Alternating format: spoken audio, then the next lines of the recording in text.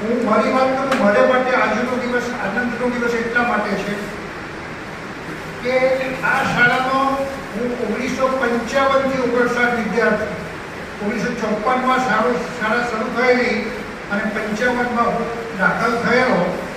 1974ની અંદર હું અહીંયા મેનેજિંગ કમિટીનો સભ્ય બન્યો. 1977માં ઉપપ્રમુખ બન્યો. 1979માં હું પ્રમુખ બન્યો અને 35 વર્ષ સુધી પ્રમુખ પદે સેવા કરી. અત્યારે જયેન્દ્રભાઈ, એમની સાથે અમારે સવારે ક્લબમાં મળવાનું થાય અને અમે ઘણી વાર સ્વિમિંગ સાથે કરતા હોઈએ.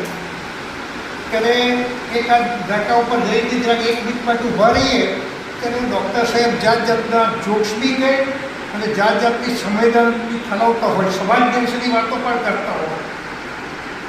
ત્યારે મને એમ થાય કે ડૉક્ટરને આ બધો સમય ક્યારે મને ક્યાંથી મળતો હશે, કારણ કે એમને પોતાની મેડિકલ પ્રેક્ટિસમાં સમય જ નહીં મળે.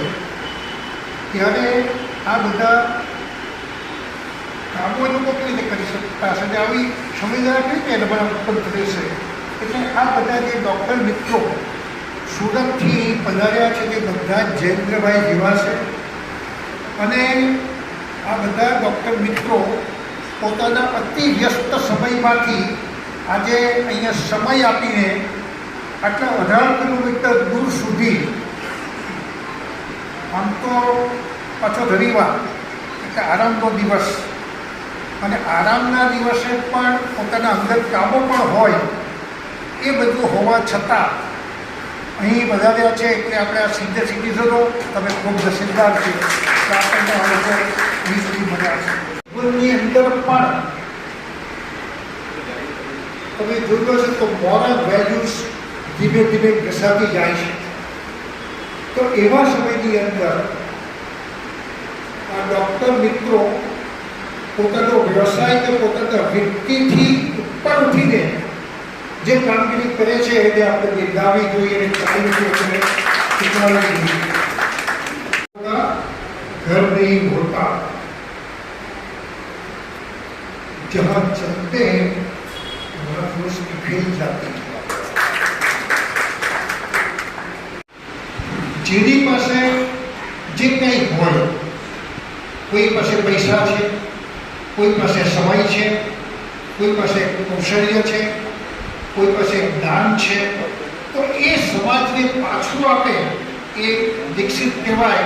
એટલે સાચા અર્થમાં આપણી સાથે આ દીક્ષિત લોકો બેઠેલા છે. કારણ કે મને બહુ સમય નથી લેવાનો, આપણે તો બધા સમય આ લોકોને આપવાનો છે. પણ એક પંખી ઉપાડીને સડી રોજ કરે છે માળો.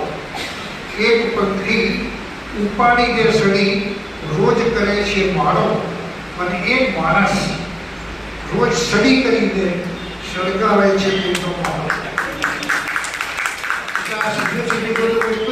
न्याय अदालतों में होना चाहिए, बहस संसद में होनी चाहिए, लेकिन क्या होता है,